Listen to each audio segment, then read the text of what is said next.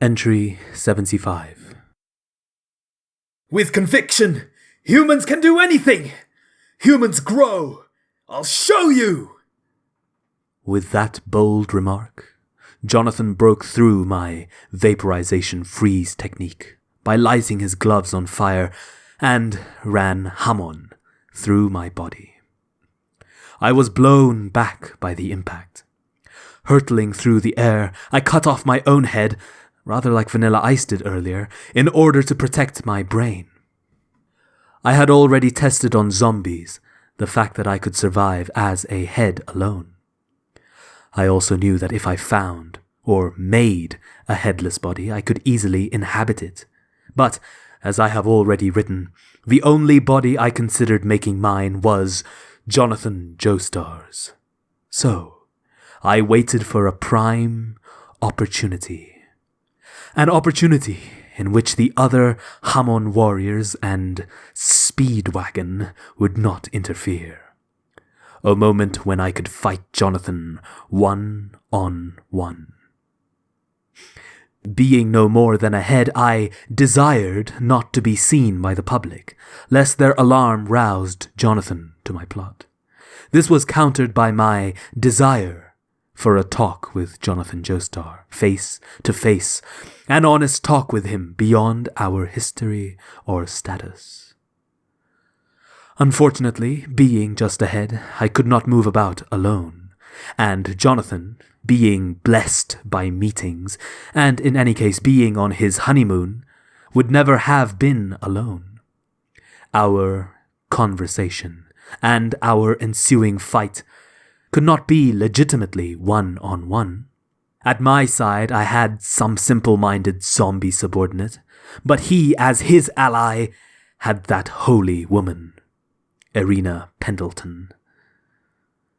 She had since changed her name to Irina Joestar. I learned in a newspaper about their honeymoon boat en route to America. How perfect an opportunity. How unlikely for us to be interrupted in the middle of the vast Atlantic. My confrontation would have no unforeseen obstacles. This much I predicted correctly, but thence came surprises. The most superstitious people hold certain beliefs about vampires, that we are blinded by the crucifix, and repulsed by garlic, and destroyed by running water. Perhaps to this last superstition I ought to have paid more attention. Do not misunderstand. The water had no effect on me. But perhaps for a vampire, simply being on a ship imparts some bad luck. My servant lured Jonathan to the ship's hold, and there I ambushed him. Being only a head has its weaknesses. Had Jonathan made the first move, I would have no chance at victory, and without my body I could not use my primary technique, vaporization freeze. Therefore, as soon as he entered, I hit him with 2 beams from my Space Ripper stingy eyes. I did not want him to suffer. I aimed directly between his eyes, hoping to cause no pain, but he twisted like a cat and dodged so that my attack pierced Jonathan's throat instead. This was nonetheless fortuitous, for he could no longer breathe, no longer use Hamon. At that moment, my victory was certain. It should have been certain. But at that moment, Irina entered the hold, and the result skewed dramatically. My first victory over Jonathan, stolen by her. It became, as I have called it, nothing more than a draw. Some gravity between 2 fated lovers, or the humble bond of husband and wife, or simply a bad feeling that weighed on her chest. No matter the reason, she arrived the moment I shot Jonathan. In her sights, Jonathan exploded with a burst of Hamon power. It was this that I most feared.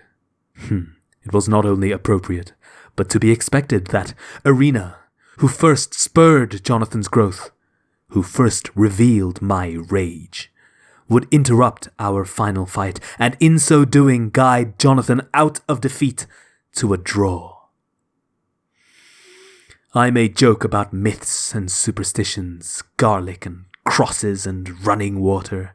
My real mistake was in underestimating Irina Pendleton. No, Irina Joestar. The article reporting their honeymoon named her Mrs. Joestar under the picture of the happy couple. I recognized her immediately as the girl from back then. And yet I focused my attention only on those Hamon warriors and Speedwagon. How carelessly I forgot her importance to Jonathan Joestar and to me, Dio. Noble, proud. She was a holy woman, like my mother, and now she is Irina Joestar. She is a member of the Joestar family. She became one of them. Jonathan mustered one final Hamon. It was not Hamon harnessed through his breath, but from his life force, Hamon from his soul. Perhaps it was a technique he inherited from Will A. Zeppeli. By that Hamon he manipulated my zombie servant to stop the boat's paddle wheel, its screw shaft. I remember now. That zombie was the ruin of the Chinaman, the peddler of oriental poisons, from whom I had bought the drug to kill both my fathers. Wang Chen was his name. How strangely our lives had intertwined. It was no doubt the influence of gravity. Wang Chen's superhuman zombie strength halted the shaft. The pistons stopped. The steam within found no release. The building pressure would soon destroy the ship in a fiery blast. He was content to blow himself up. I could not have engineered this plan so quickly. Jonathan Joestar. A man who did not yield until the very, very end. But surely this was a bitter decision for him. Myself and Wang Chen and the zombies he had created aside, there were many surviving human passengers aboard that ship whom he killed. Better this murderous choice, he must have thought, than a murderous monster I, Dio, loosed on the world. Nevertheless, he must have hesitated. Sacrificing innocent people? For him, that must have been very difficult. He tried, at least, to allow Irina an escape, but Irina ran to him. Truly a holy woman. Well, she prefaced her holiness with quite profane and human fears. I have no idea what's happening. This is beyond my imagination. I don't know whether to cry, scream, or faint.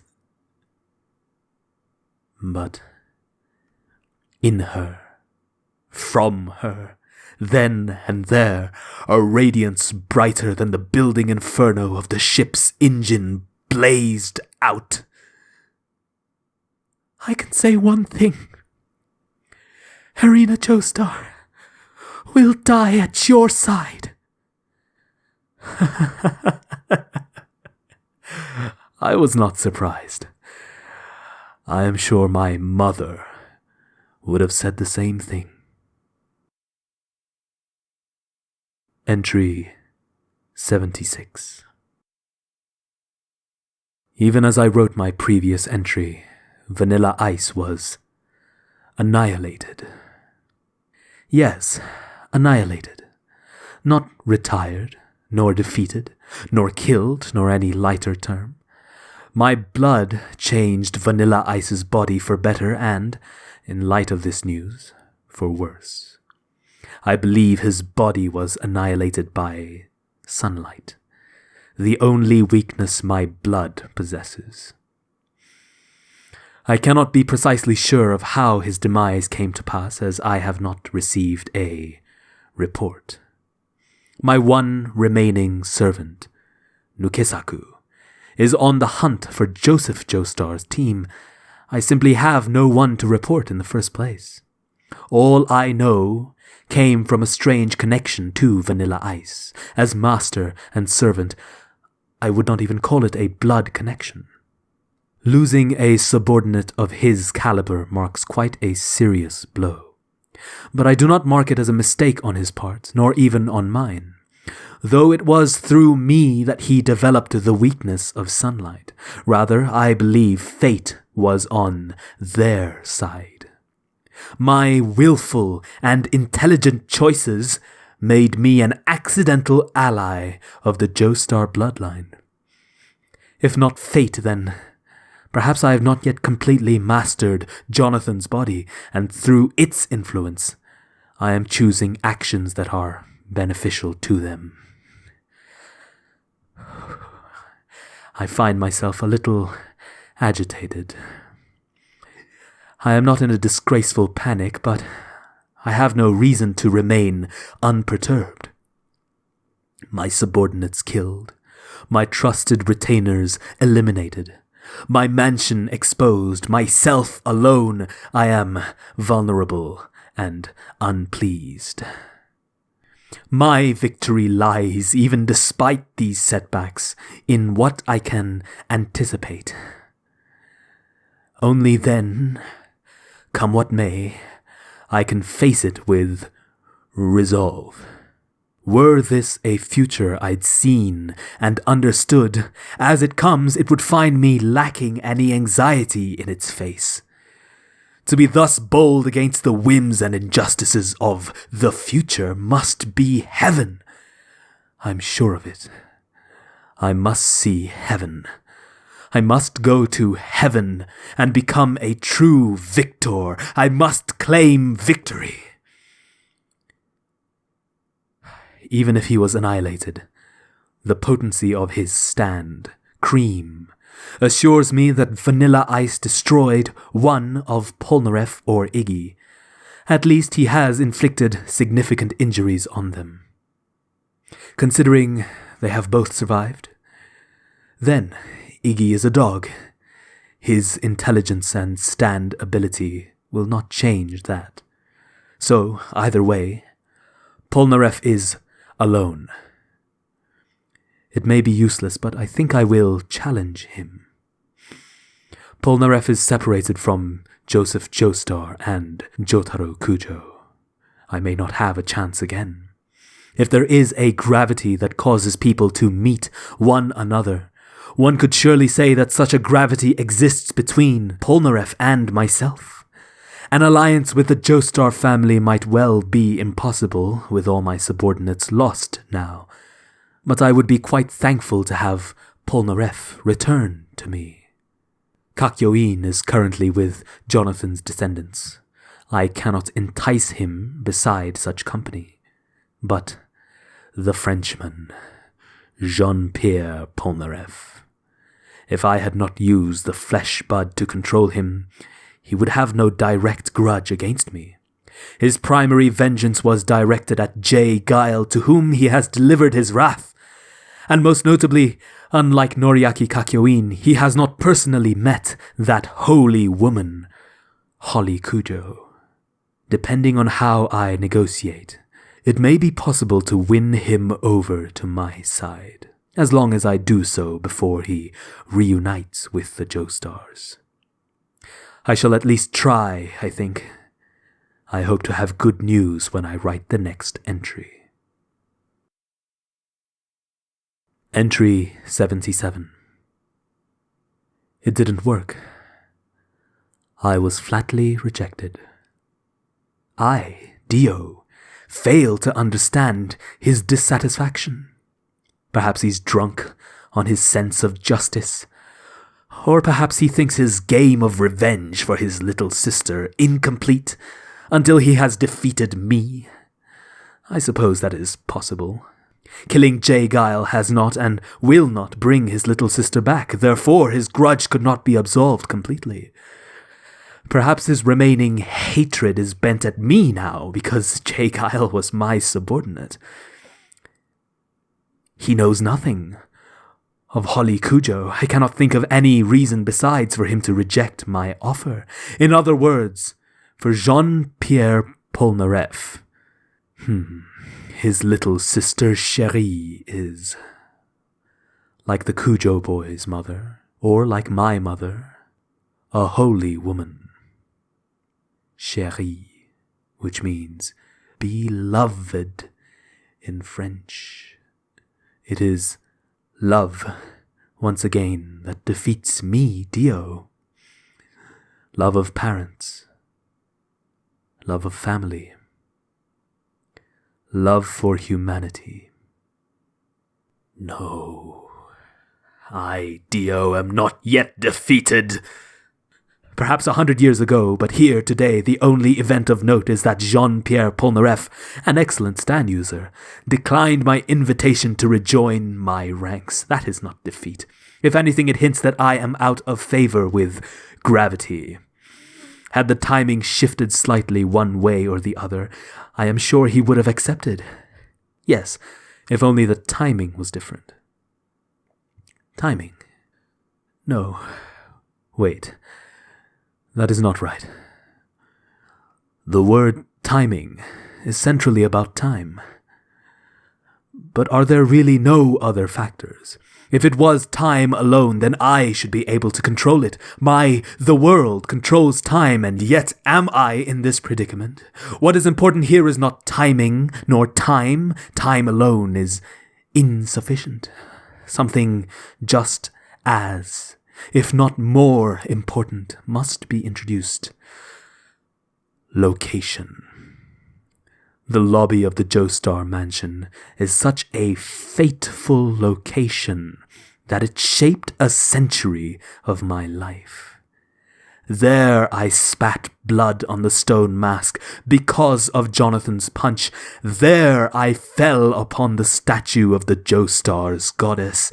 There impaled and immolated. And that boat, that ocean, that coffin, they were all questions of location. The final thing I require is location. After all, I am out of time. I will calm down and turn to a new entry. I must calm down for now. Entry 78. Do not get excited. Yes, this is no time to be on a high. I am always tripped up at times like this, aren't I? Enrico Pucci said that at times like this it is a good idea to count prime numbers. A prime number is a solitary number that cannot be divided by anything but one and itself. Solitude gives one strength. I will enumerate the prime numbers. 2, 3, 5, 7, 11, 13, 17, 19, 23, 29, 31, 37, 41, 43, 47, 53, 59, 61, 67, 71, 73, 79, 83, 89, 90, 97. It doesn't seem to be working as well as he said it would. Regardless, I must calm down. First, I will conclude the story of 100 years ago. Polnareff rejected my offer. Had I spoken to him a little longer, if I had demonstrated the unparalleled power of my stand, the world, to him a bit more, there is a possibility he would have yielded. Alas, gravity pulled his comrades to him. Joseph Joestar, Jotaro Kujo, and Noriaki Kakyoin broke through a wall from without the mansion. With the rays of the sun at his back, Jean-Pierre Polnareff rejoined their group. Sunlight remains for all this century, an inexorable weakness, my worst. I was forced to evacuate that location. Even with Kenny G's illusions gone, this mansion has a considerably complex construction. They will not reach me soon. Kakyoin has placed Nukisaku in a bag and is dragging that fool around. It may be to protect him from sunlight, but it is a rather cruel thing to do. If Nukisaku guides them truly, I cannot rely on time anymore. Before they arrive, then, I must finish writing about my discovery.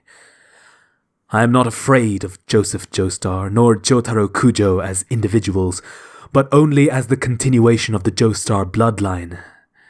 I should have been as wary 100 years ago. The Holy Woman, Irina Joestar. She was the first to deny my will, to upset my plans, to incite my wrath, and she was the very last. That holy woman was determined to die with the man she had married, Jonathan. I'm sure they had, as is the custom, vowed their lives in union, in sickness and health, joy and sorrow, wealth and poverty, until death do them part. I doubt she vowed to die with him as well. This astoundingly foolish woman was wasting her life for the sake of a man who had saved her once as children. Would that I could call her pure, honest, and beautiful, for she is, I'm sure. But to me, she is only a hopeless fool. She was truly like my mother. This stirred up great hatred in me. I could not forgive her. I could not allow such a woman to embrace Jonathan's body, my body. When it never was done to me, why should she do it to someone like him? Mother! Mother! Mum. Jonathan whispered then, my mother also. He pointed to the corpse of a woman next to them, crumpled at the foot of the stairs, who had, fleeing the zombies, fallen down the whole flight. She was clearly dead. But she held a baby, and it was gleaming, alive. He said this in gasping whispers. That woman, she is a mother who died saving her child. My mother died just the same way. Take that baby, take it and run quickly. It's okay to cry, but you have to live. So told Jonathan to his wife, go, save it. To a loving woman, consigned, content to die with him. What an oblivious man. But that obliviousness made him Jonathan Joestar, my lifelong nemesis. The only man I have ever respected. I hated him so much that I feel the pangs of irritation even towards his descendants. Even so, I respect them. For that reason, after all, did I try to take his body. At the end, he changed from an inheritor to a giver. Irina, that holy woman, obeyed his words with tears in her eyes. The words of a dying man.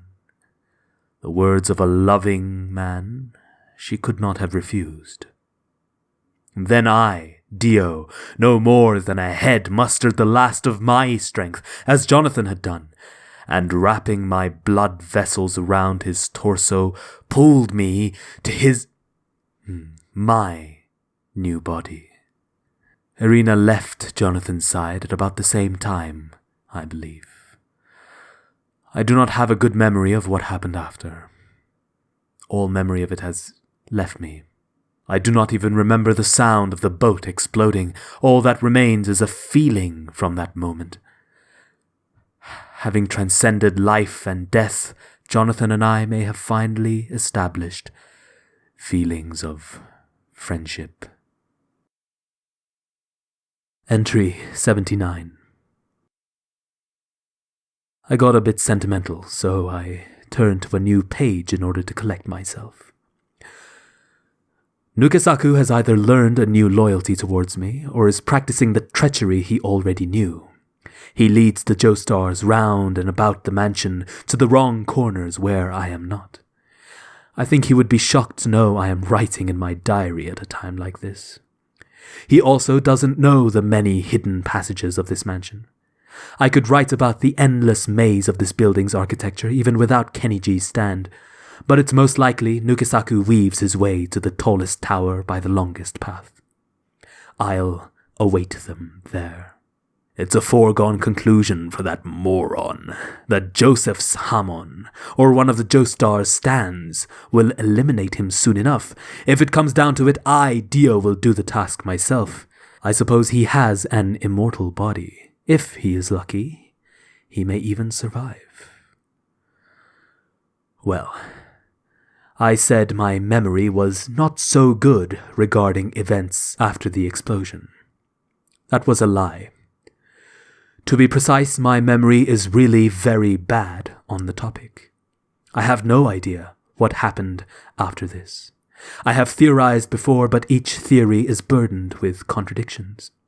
I know for a fact that I did successfully take his body one way or another, and not only taken it, but lived through it, and spent a century at the bottom of the ocean in a coffin. As far as these facts are concerned, after taking Jonathan's body, I must have entered that coffin and thus survived the explosion. That's a logical necessity. I fail to understand, however, the survival of Irina Joestar. How in the world did she survive that explosion? Wang Chen and his zombies should have destroyed all of the lifeboats and life preservers. I had instructed him to do so in the unlikely event that Jonathan tried to run away. So, even if Irina fled, as Jonathan instructed, even if she tried to survive, she should have failed. Her fate should have been to sink into the sea along with that baby. Therefore, my surprise that Joseph Joestar's Hermit Purple could photograph me. I thought the Joestars eradicated. Long gone. I thought them destroyed, and yet. If I put aside the previous set of facts, I can only derive the same conclusion for Irina that I built for myself with those facts. Irina Joestar could have survived only with the help of the coffin I prepared. That casket which carried me onto the ship was the only shelter available to her that could withstand the explosion. But is such a thing possible? That coffin was a shelter for one person. But if strained, it is not impossible that two could have been in it. After all, it was not tailored one way or the other for the being formed from Jonathan's body and my head. So it is not unfathomable that the two of us, Irina and I, were packed inside the container. Strictly speaking, it was not two, but 3. Or, even more strictly, 4. Jonathan, the baby, Irina, and I. 5. If we account for the baby in Irina's womb, who was the next Joestar, but his size was of no consequence at that time. 4, then. If all 4 of us fit into that casket, then it explains the current state of affairs. Jonathan was a large man at 195 centimeters, but at that point he was headless, and I was just a head. Irina had a small frame, and the baby was a baby. It might have been a bit of a squish, but it should not have been physically impossible for those 4 to occupy a shelter built for one. I reiterate, physically. Emotionally, it could never happen. Jonathan had just been pierced through the throat, mustered his final Hamon, and died. At the time, I confirmed that death, I think. Let's assume I was conscious and I took Jonathan's body. I would not have accepted entering the same casket as Irina Joestar. I can state that firmly even without a memory of it. If I were conscious, then, the outcomes as we see them today, both I and the Joestar bloodline surviving, would not have resulted. More likely, I mustered the last of my strength to take over Jonathan's body, and then I lost consciousness. It sounds nicer to say it that way. I mean that I exhausted all my strength. Then, who placed my exhausted, spiritless body into that coffin? I have thus far convinced myself that even if I were unconscious, I would unconsciously have entered that casket for the sake of self-preservation. I am a vampire, after all. Such a superhuman feat of unconscious self-control might not be beyond me. And no other explanation satisfies the fact of my survival. But again, there is the fact of the Joestar's survival. Of Irina's survival. Then the story changes. Even if I had unconsciously crawled into that coffin, surely when Irina had also sought shelter there, she would have noticed me there, and then surely she would have thrown me out of there. He whom she hated, he who killed her beloved husband, surely she would throw him out of that coffin. Yes? No. I had best not give this too much importance. I have actually already reached my answer. I just do not want to admit it. It was Irina. I said that she became a Joestar. She inherited their bloodline, their will. I knew. I know. Yet I cannot accept it. It was by Irina Joestar that my life was saved, though I would like not to admit it. Alas that the facts at hand tell no other tale. My head placed snugly atop Jonathan's body, and the both completely lifeless from our preceding struggle, Irina Joestar transported us to the casket and placed me inside with her. There is no other way she and I and that baby could all have been saved. I'd like to justify her madness for selfish reasons. Perhaps the corpse of her husband was too sentimental to her to leave rotting in the sea, but I know that is wrong. After all, she never repossessed Jonathan's corpse. His body is mine still. She has left me no choice but to acknowledge her choice. That noble, proud, and limitlessly foolish woman took pity of all people on me. On me, Dio. Dio. Can you hear me, Dio? If I had been born poor, I may have done the same thing. I may have had the same ambitious heart and strayed from the path of humanity just as you did. Jonathan's body belongs to you now. He's yours. And you are ours. Now you truly are a member of the Joestar family. Please, rest a while with my husband at the bottom of the ocean. Sleep soundly. I don't know if it will be in 5 or 50 or 500 years, but someday, please, give up your evil ways and become a good person. Heavens, please, become a noble, proud human that can go to heaven.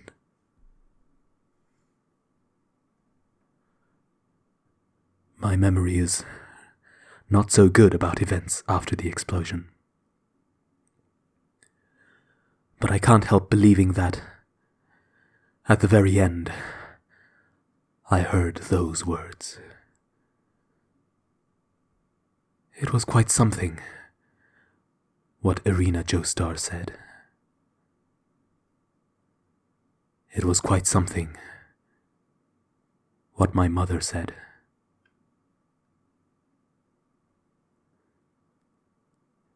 Entry 80.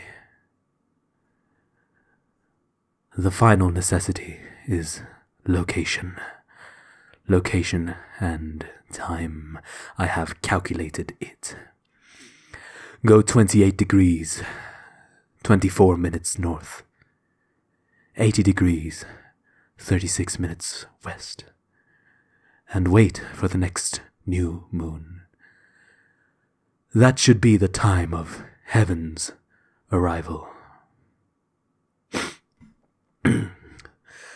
Now then, my moment has about arrived, it seems. The Joestar group is finally here. The path to heaven is clear to me. But unfortunately, I am forced to put down my pen here today.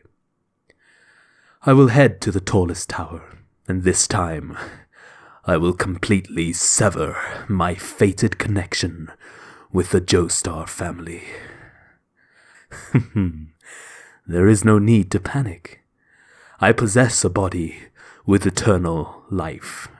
I have all the time I need. I will continue writing this tomorrow.